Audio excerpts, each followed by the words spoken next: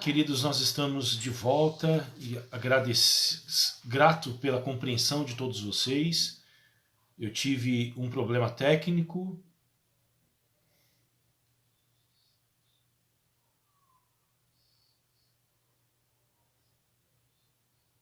Tive um problema técnico que impossibilitou a transmissão, mas eu espero que agora a gente retome em definitivo, tá bom?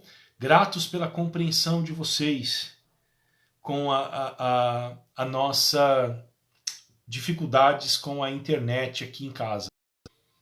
Se houver alguma coisa, por gentileza, dê um feedback, me avise sobre a nossa dificuldades com a transmissão, tá bom? Desde já eu quero convidar vocês para que vocês possam abrir a Bíblia, Atos dos Apóstolos, capítulo de número 17. Atos 17, por favor, e o versículo de número 10. Atos 17, 10. Vocês que estão chegando, nós estamos estudando as Escrituras. Hoje, livro de Atos dos Apóstolos, capítulo 17 e o versículo de número 10.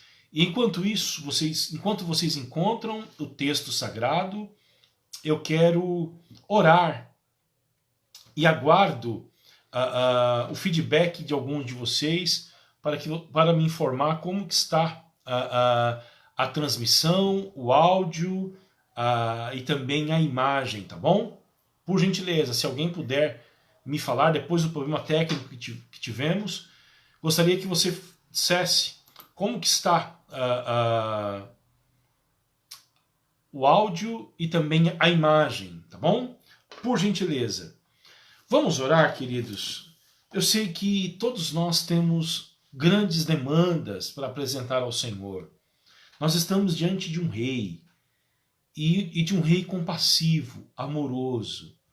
Eu não sei como é que foi o seu dia de feriado, se você descansou, se você aproveitou o dia com a sua família, se você repousou, ou se o seu dia foi muito turbado.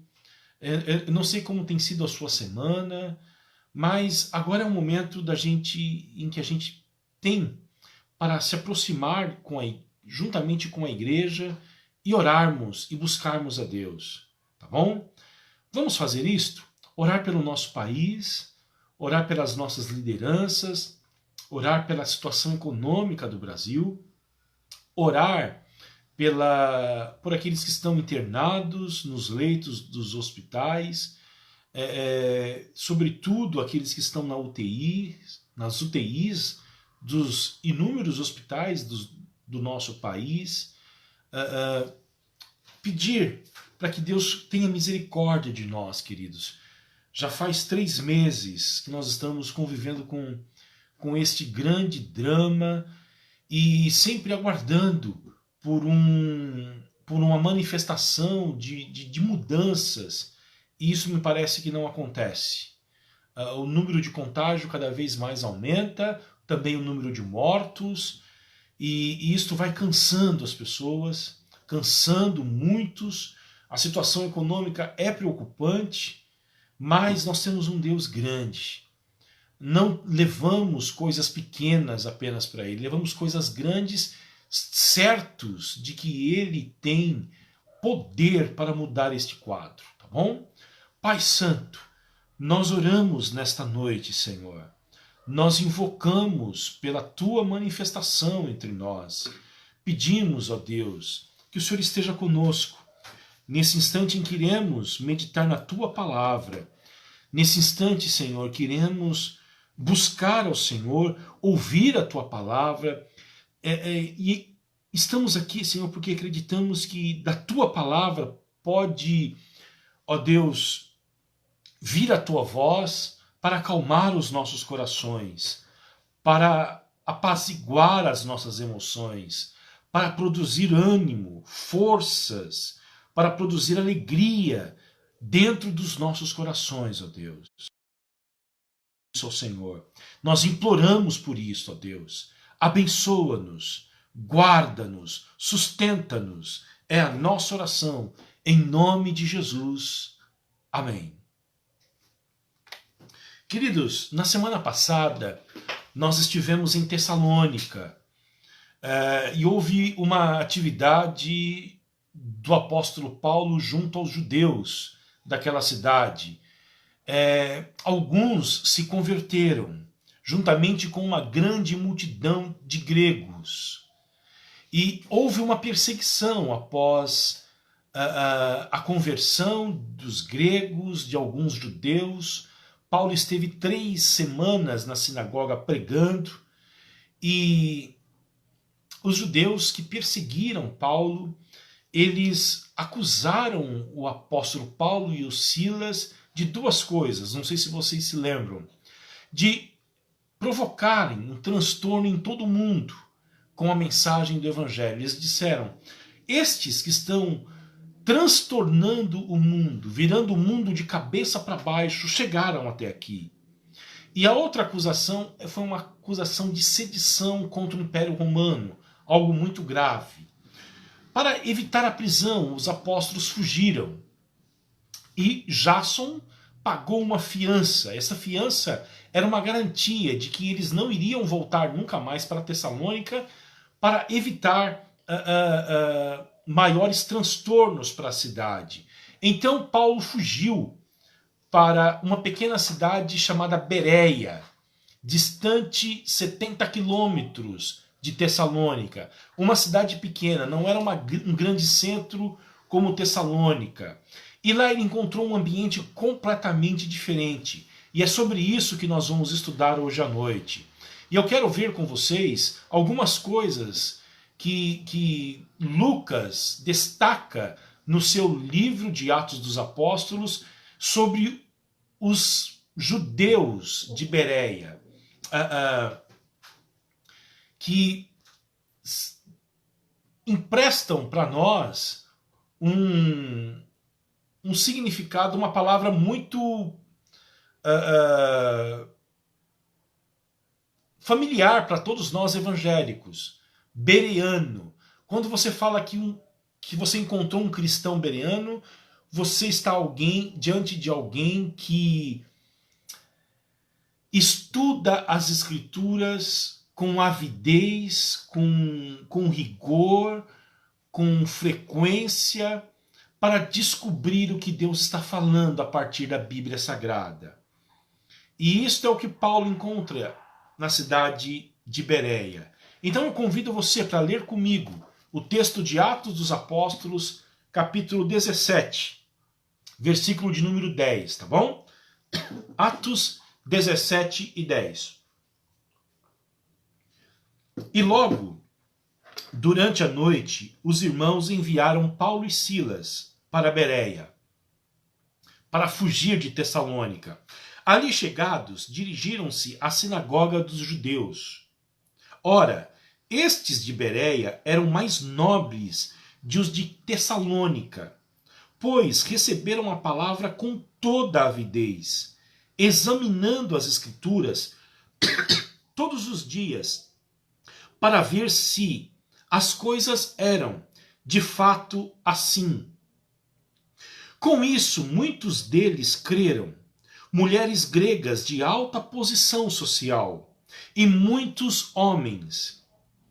Mas, logo que os judeus de Tessalônica souberam que a palavra de Deus era anunciada por Paulo, também em Bereia, foram lá agitar e perturbar o povo.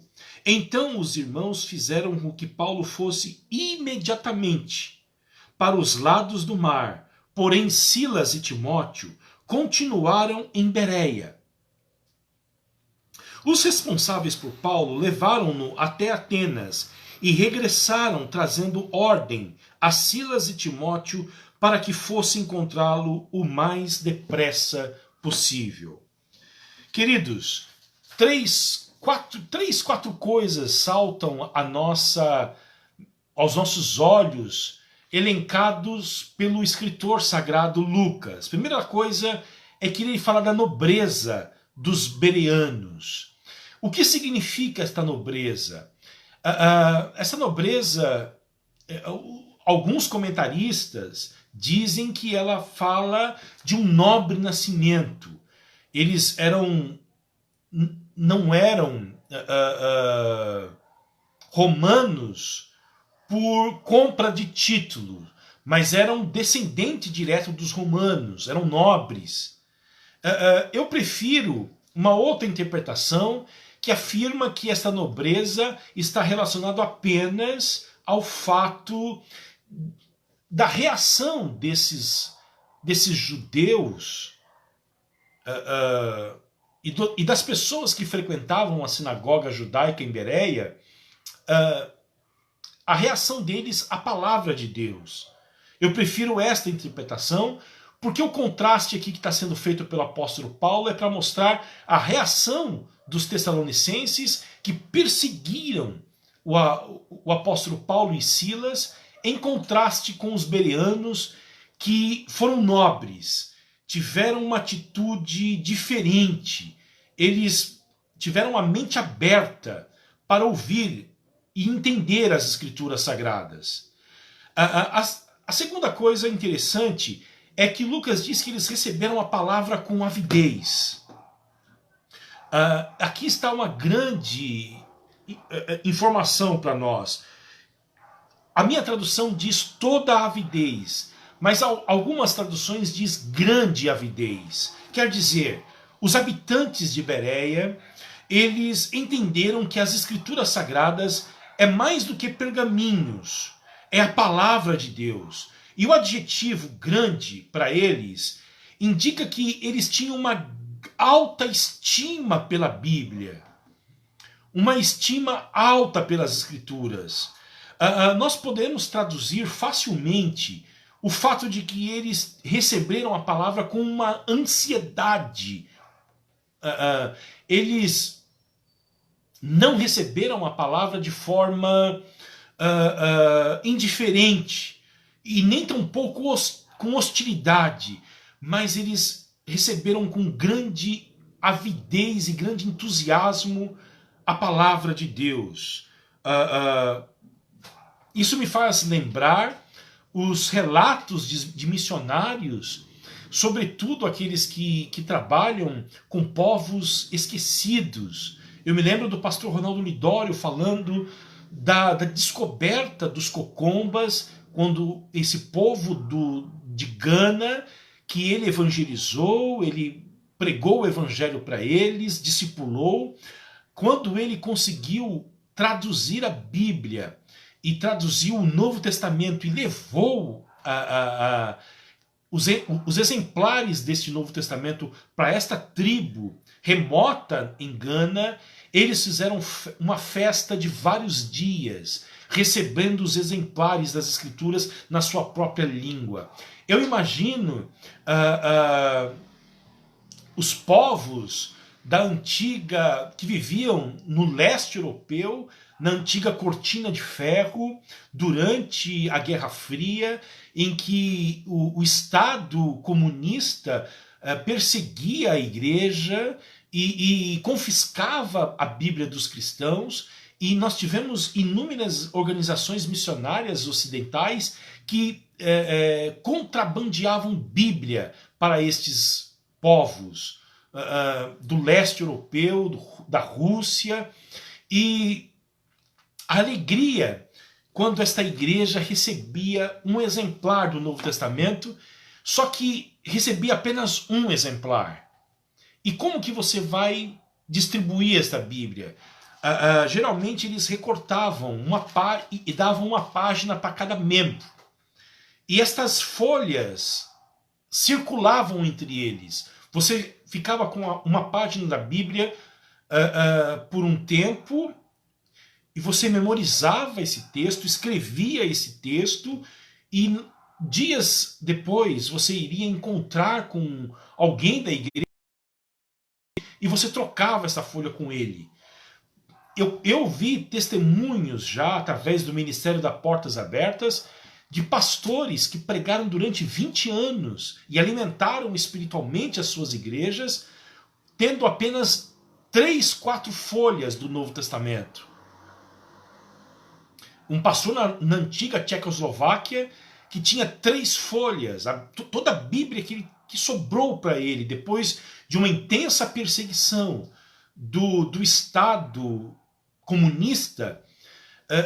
Tudo que sobrou para ele foi 3 folhas do livro de Atos dos Apóstolos, e com essas 3 folhas ele pastoreou e alimentou o rebanho que Deus deu a ele durante 20 anos, queridos. E ele dizia que cada domingo havia uma fome do povo pela palavra de Deus. E esta palavra que é viva, esta palavra que não é algo móvel, não é algo fixo, ela é viva, cheia de vida, foi capaz de dar força a este rebanho durante tanto tempo. E quando eles receberam as Escrituras, houve uma grande festa ali na Tchecoslováquia, em uma região ali da capital daquele país. Grande ansiedade pela Bíblia. Nós ansiamos por uma obra do Espírito Santo dentro de nós que promova isto novamente, que nos dê fome pelas Escrituras.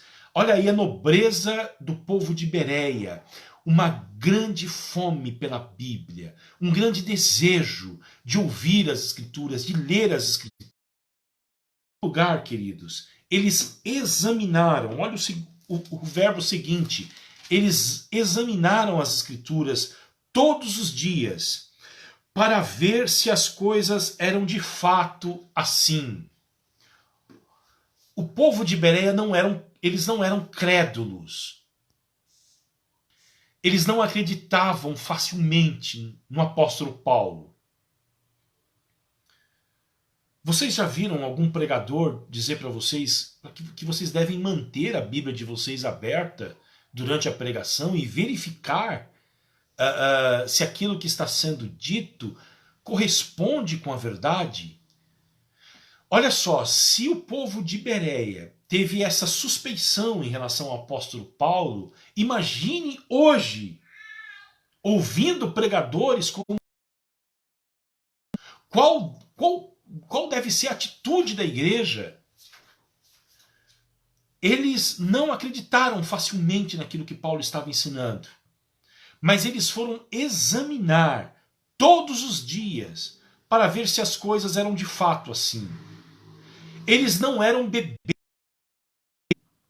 que você ludibria pedindo quando você quer dar um remédio ou dar algum legumes no prato, então você pede para que eles fechem os olhos e abram a boca. Você faz isso com bebês. Se você quer dar um remédio amargo, se você quer dar legumes, feche os seus olhos aí, abre a sua boca e eu vou jogar a comida aí dentro da sua boca e você vai mastigá-la. Me parece que Deus não deseja que o seu povo seja ensinado assim. Ele deseja que a igreja pondere nas coisas que ela está ouvindo. Que ela investigue, que ela examine, que ela não aceite a pregação ou o ensino sem ver se é verdade, sem comparar com as Escrituras, sem estudar as Escrituras. Agora, que desafio que nós temos hoje, nós que somos herdeiros e pertencemos a uma igreja de tradição reformada, se nós estamos vendo hoje uma igreja em que há pouca luz. Vocês já perceberam os ambientes das igrejas hoje com pouca luz? Então, se o ambiente tem pouca luz, sugere que naquele ambiente as pessoas não são convidadas a ler as Escrituras. Se não tem luz, você não vai conseguir ler. E, sobretudo, há uma cultura no meio evangélico em que as pessoas não levam mais exemplares da Bíblia. Elas estão agora com os seus smartphones, nada contra o recurso da Bíblia em um dispositivo móvel, porém, você não tem mais essa facilidade de investigação. E sobretudo, os cultos deixaram de ter esse aspecto de você ir para ouvir mensagens, escutar mensagens e investigar esta mensagem bíblica e, sobretudo, estudar essa mensagem. Mas na cidade de Bereia eles agiram de forma diferente. E há uma coisa que me intriga aqui, é que eles examinaram a Bíblia todos os dias. O verbo examinar no grego é julgar. Eles fizeram um exame criterioso sobre aquilo que Paulo estava ensinando e julgaram para ver se era verdade. E o que Paulo ensinava? Nós sabemos, de acordo com os textos anteriores no livro de Atos dos Apóstolos, que Paulo tentava convencer os judeus de que Jesus era o Messias. Então Paulo pregava a partir dos textos do Antigo Testamento, na lei e nos profetas, afirmando de que Jesus era o Messias. E o povo de Bereia estava investigando todos os dias. E lembrem-se, eles não tinham um exemplar da Bíblia como nós temos. Cada um dos membros da sinagoga, frequentadores da sinagoga de Bereia, eles não tinham, com toda certeza eu posso afirmar isso para vocês, eles não tinham, cada um deles, um exemplar da Bíblia. Então quer dizer que eles estão agora, provavelmente, indo todos os dias para a sinagoga para estudar a Bíblia. Eu imagino na hora do intervalo no trabalho, eles saíam do trabalho e iam para a sinagoga, davam um exemplar das Escrituras e iam estudar. Após o trabalho, pela manhã, eles estão enviando mensagens de texto para o rabino, fazendo perguntas. Eles estão estudando com o apóstolo Paulo. Certamente o Paulo estava presente também na sinagoga durante vários momentos do dia, respondendo perguntas para eles desta grande notícia que eles tiveram. E qual é esta notícia? A de que Jesus Cristo é o Messias. Jesus Cristo que nasceu da Virgem Maria, cumprindo todas as profecias sobre ele, viveu, morreu sob o poder de Pôncio Pilatos, embora fosse entregue pelos líderes religiosos de então, ressuscitou ao terceiro dia. Durante 40 dias, ele ensinou aos seus discípulos sobre o reino de Deus. E no final desses 40 dias foi assunto novamente aos céus e enviou o Espírito Santo à igreja, para que a igreja pregasse esse evangelho a todos. Era isso que Paulo falava e era isso que eles estavam examinando todos os dias. E aqui, queridos, me salta duas coisas importantes. A primeira delas, que tem a ver com a reforma protestante. A reforma, sobretudo, ela ensinou pelo menos duas doutrinas que nós vamos ver aqui. A primeira delas, a doutrina do sacerdócio universal dos cristãos. O que esta doutrina ensina? Ela ensina de que nós não necessitamos de mediadores para ter acesso a Deus.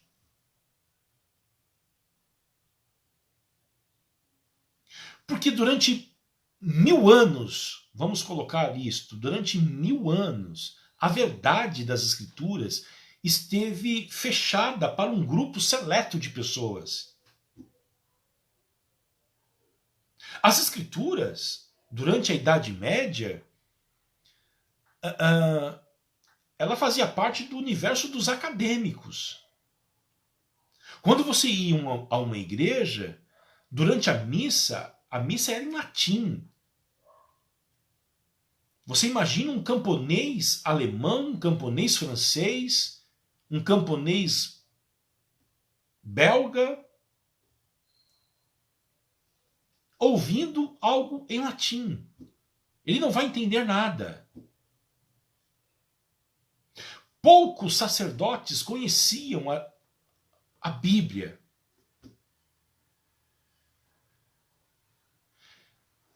E uma das falácias da Igreja Católica é que o povo comum não tinha capacidade de compreender a linguagem e a doutrina bíblica, as verdades da Bíblia. A reforma destrói este argumento, e uma das grandes lutas dos reformadores é para traduzir a Bíblia para o vernáculo e colocar, com a ajuda da imprensa, que é algo que acontece no tempo deles, um exemplar das Escrituras em cada casa. Porque entende-se de que cada cristão é um sacerdote. E ele não precisa do pastor. Ele não precisa da mediação da igreja para ter acesso à verdade das Escrituras. Essa é a primeira doutrina. Os reformadores falavam também da doutrina da perspicácia das Escrituras. O que é isto? É o ensino de que as verdades principais da Bíblia podem ser entendidas por cristãos comuns, sem necessidade de um aprendizado especial, isto é, estudar no seminário teológico. Os reformadores falavam que, através dos meios comuns de graça e da atuação do Espírito Santo, e quais são os meios comuns de graça? Ir à igreja, ouvir um sermão, ler um livro de teologia, ler um livro que ensine algo sobre a Bíblia, e participar de estudos bíblicos. Vamos colocar algo que nós não temos mais, mas a escola bíblica dominical. Tudo isso é meio de graça para os reformadores. E estes meios de graça, com a atuação do Espírito Santo, é o suficiente para ensinar as verdades essenciais para qualquer um. Então aqui em Bereia nós enxergamos essas duas doutrinas tão difundidas pelos reformadores. Tão difundidas pelos reformadores, me perdoem. Sacerdócio universal e a perspicácia das Escrituras. Isto é relevante para nós, queridos. E é desafiador para nós também. Porque, paulatinamente, nós estamos nos afastando desta atividade tão singular de se cavar as Escrituras, de se examinar as Escrituras, de se ler as Escrituras e ler e continuar lendo. A ideia dos bereanos é que eles não apenas leram, mas eles continuaram lendo a Bíblia. Deixa eu abrir um parêntese e falar algo para vocês. Um estudo não muito distante, feito há uns anos atrás, um instituto de pesquisa mostrou que os evangélicos acreditam em algumas coisas bem contrárias à Bíblia, ao ensino da Bíblia Sagrada. E é estarrecedor. 82% deles acreditam que a Bíblia afirma que Deus ajuda aqueles que se ajudam. 80, de acordo com a pesquisa, 82% dos entrevistados acreditam que Deus ajuda aqueles que se ajudam. Então aí se nega a mensagem da graça de Deus. 63% dos entrevistados não conseguiram nomear os 4 evangelhos. 58% não conseguiram citar a metade dos 10 mandamentos. 60% não sabia dizer se Jesus pregou o Sermão da Montanha. 50% não sabia que existia um livro na Bíblia chamado Esdras. 40% não sabia não sabiam que não existe na Bíblia um livro chamado Evangelho de Tomé.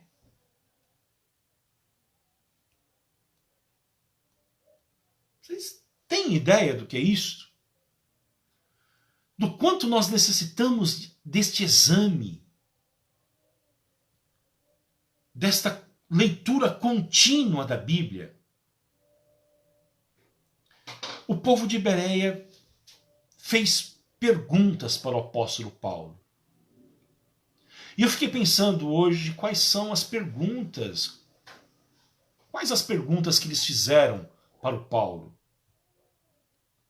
Certamente fizeram várias.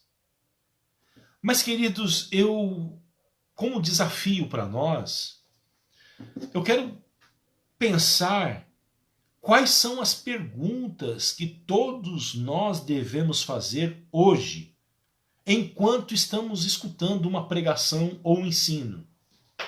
Quais são as perguntas que nós devemos fazer? O povo de Bereia fez as perguntas para o apóstolo Paulo. Eles examinaram as Escrituras. E quais são as perguntas que nós hoje devemos fazer? Enquanto estamos ouvindo uma pregação, enquanto estamos ouvindo um ensino bíblico. Porque com a internet nós estamos cada vez mais bombardeados de pregações. E isso é bom. A palavra de Deus está se espalhando. Mas será que nós temos que ouvir tudo sem um senso crítico? Pensando nisso, eu enumerei aqui pelo menos 3 perguntas que nós devemos fazer. Todas as vezes que nós vamos escutar uma pregação. A primeira delas é o seguinte: quanto deste sermão ou deste ensino é realmente baseado nas Escrituras Sagradas? O quanto que ele é bíblico? Porque nós podemos ver muitas pregações hoje que são fundamentadas em... Como que eu posso dizer? Nessas modas terapêuticas modernas. Emprega-se a linguagem do mundo corporativo, emprega-se a linguagem da psicologia popular, emprega-se a linguagem do universo terapêutico, da autoajuda, e isto bombardeia, bombardeando a gente. E você percebe muito pouca Bíblia.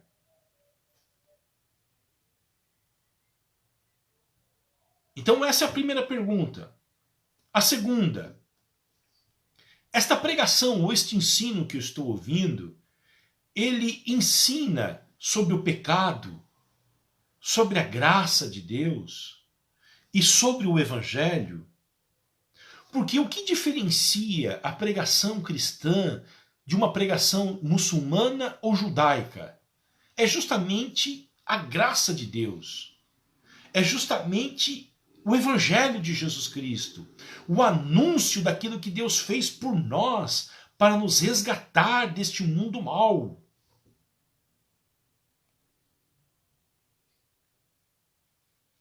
Terceiro, quem é grande neste sermão ou neste ensino? É o pregador? É Paulo, Davi, Moisés, Abraão ou é Jesus? Semana passada eu falei para vocês sobre uma história que eu li das igrejas presbiterianas da Escócia, em que eles escreviam nos púlpitos das igrejas a seguinte frase, extraída do Evangelho de João. Seguinte: nós queremos ver Jesus. Então essa frase era escrita no púlpito. Quando o pregador se dirigia ao púlpito, só ele via esta frase. Então ele estava diante do seu auditório e esta frase estava ali. E na frase estava escrita: nós queremos ver Jesus. Nós vamos à igreja, queridos, não para ouvir falar das experiências dos homens. Nós não vamos à igreja para ouvir falar sobre os assuntos do Facebook, do Instagram. Nós podemos ouvi-los como ilustração das nossas mensagens, mas nós queremos ouvir sobre Jesus. E o ensino do apóstolo Paulo era saturado de Jesus. Ele disse para a igreja de Corinto que ele nada quis saber quando esteve entre eles, a não ser sobre Jesus Cristo e este ressuscitado. Então são estas as perguntas que eu estimulo vocês a fazer. Até mesmo quando for o pastor Fábio que estiver falando na igreja. Esse sermão é realmente proveniente das Escrituras? Este sermão ensina sobre o pecado, sobre a graça de Deus. Enfim, ele fala sobre o Evangelho de Jesus Cristo, sobre boas notícias, daquilo que Deus fez por nós e não daquilo que eu tenho que fazer. Em terceiro lugar, quem é grande nesse sermão? Porque, queridos, se o homem for grande em uma igreja, Jesus vai ser pequeno. E a nossa tarefa aqui em Balneário Camboriú é fazer Jesus grande, porque convém que Jesus cresça e que todos nós possamos diminuir. Esta foi a sentença, as últimas palavras do homem mais importante que já teve aqui abaixo de Jesus Cristo, que foi João Batista. Ele diz: convém que ele cresça e que eu diminua. Terceiro e último lugar, queridos, para a gente terminar o nosso estudo hoje. Com isto, muitos desceram. Olha só. Versículo de número 12. Mulheres gregas de alta posição social e muitos homens. Houve uma resposta. Eles creram. Muitos deles. E eu, como creio na palavra de Deus, ela é viva, ela é eficaz. Eu creio de que nós vamos ter essa resposta aqui também, queridos, em Balneário Camboriú. De que nós estamos semeando, nós estamos ensinando as Escrituras, pregando as Escrituras, e vai chegar uma hora da colheita. Muitos vão crer. Olha só, que público diverso. Mulheres gregas de alta posição social e muitos homens creram. O Espírito Santo produziu fé no coração dessas pessoas. Ao escutarem a mensagem do Evangelho, ao examinarem as Escrituras. Porque me parece que há uma obra do Espírito Santo no coração daquele que recebe a palavra com avidez. E numa quinta-feira de feriado, se você está aqui comigo hoje, ou se você vai assistir esse estudo posteriormente, tem interesse em aprender as Escrituras, significa de que o Espírito Santo está fazendo algo em você. Está produzindo algo em você. Está colocando esta avidez no seu coração. Porque isto não é obra humana. O homem natural não se interessa por isso. O homem natural agora está fazendo outras coisas. Mas aqueles que nasceram de Deus, em que Paulo chama de homens espirituais, isto é, homens e mulheres, se interessam pela palavra de Deus.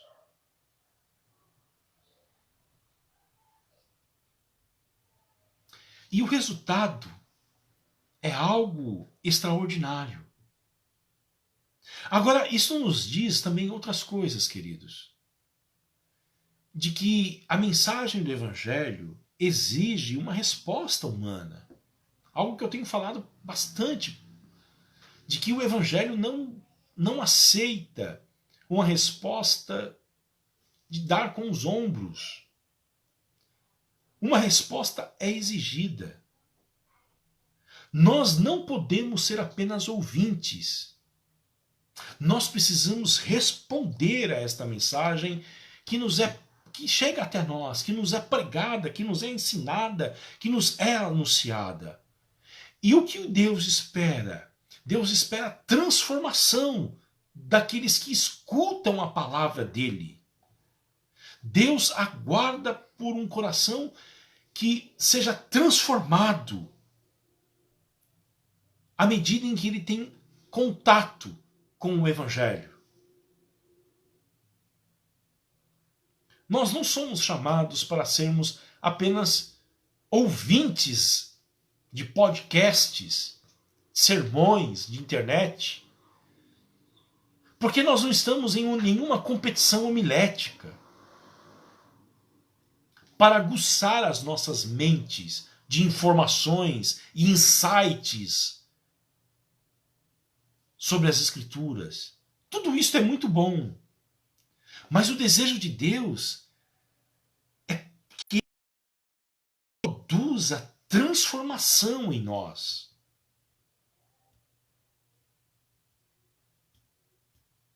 Aqui está uma igreja formada.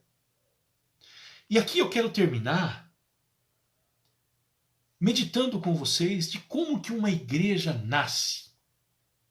E como que uma igreja nasce e ela pode suportar as grandes adversidades que virão contra ela. Em primeiro lugar, uma igreja nasce das Escrituras Sagradas. Nós podemos juntar um grande número de pessoas com muitas e muitas ferramentas. Mas eu não sei se nós teremos uma igreja ali. Porque uma igreja nasce de onde a palavra é pregada. Porque quando a palavra é pregada, a voz de Cristo chama os seus. Quando a palavra é pregada, examinada, o Espírito Santo abre os ouvidos dos eleitos de Deus. E uma igreja é caracterizada por pessoas que escutaram a palavra de Deus e foram transformadas por ela. E o que faz uma igreja ir bem e suportar as adversidades? É quando ela é fundamentada na palavra de Deus. Vocês pararam para pensar que Paulo fundou esta igreja e ele não teve nenhuma necessidade de escrever uma carta para a igreja de Bereia? Mas ele teve que escrever uma carta para a igreja de Corinto. E aliás, nós temos dois exemplares de livros, de cartas, na verdade de cartas que Paulo escreveu aos Coríntios. Sendo que teve 2 outras cartas que nós não temos acesso. Paulo escreveu um total de 4 cartas para a igreja de Corinto. Uma igreja que deu trabalho. Mas Bereia não teve necessidade. Por quê? Entende-se de que essa igreja permaneceu, frutificou, por causa da atitude deles com a palavra de Deus. Eu estou absolutamente certo, queridos, que essa crise que nós estamos enfrentando,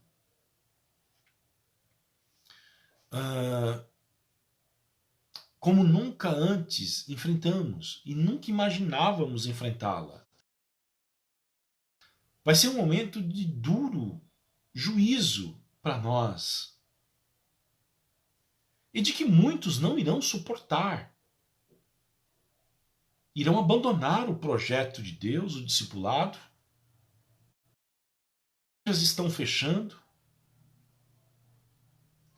E o que vai manter fiéis e igrejas unidos? Eu não tenho dúvida de que é a palavra de Deus. O que vai manter a sua vida durante esses meses em que nós estamos vivendo, tão difíceis, e os dias que virão à frente, o que vai manter a nossa igreja em pé é a palavra de Deus. Eu me lembro do hino da Reforma, Castelo Forte, em que o Martinho Lutero, Martinho Lutero, sim, a palavra ficará, sabemos com certeza, pois ela nos ajudará com armas de defesa. Lembram da frase? Desse refrão do hino? A palavra ficará, sabemos com certeza, pois ela nos ajudará com armas de defesa.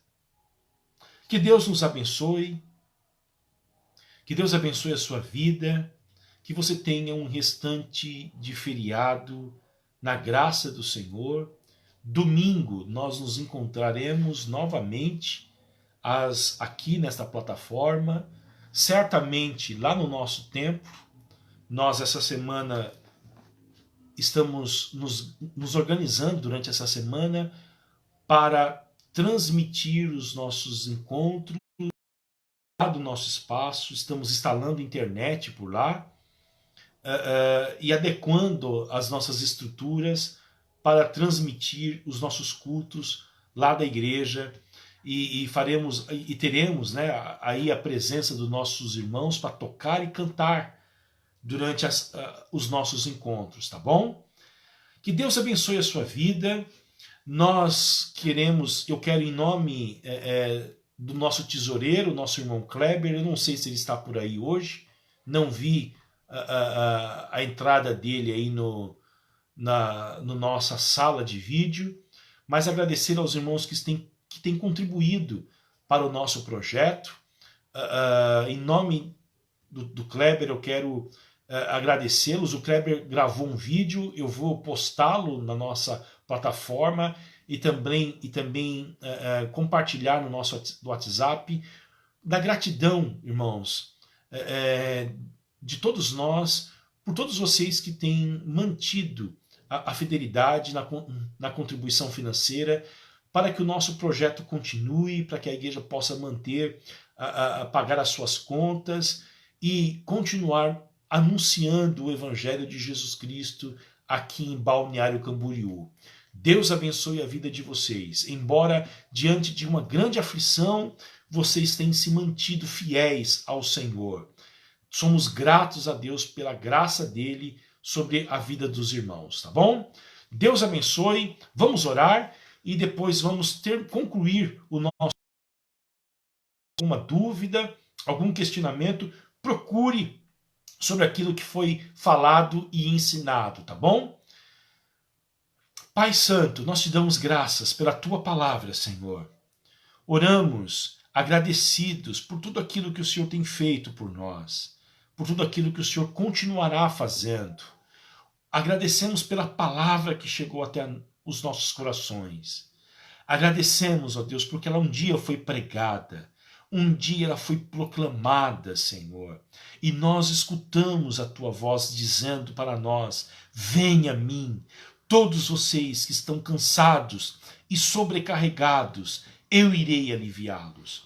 Obrigado pelo Evangelho, obrigado pelo anúncio, obrigado pela tua imensa graça, Senhor, ó Deus, enviar, ó Pai, o teu Filho, enviar o teu Espírito Santo, enviar os teus servos para pregar o Evangelho, ó Deus. E estes servos do Senhor chegaram até Balneário Camboriú e, ó Deus, anunciaram para nós, ó Deus, a tua mensagem gloriosa. E nós somos, ó Deus, resultado desta ação do teu Espírito, ó Deus. Muito obrigado, porque nós temos uma esperança viva.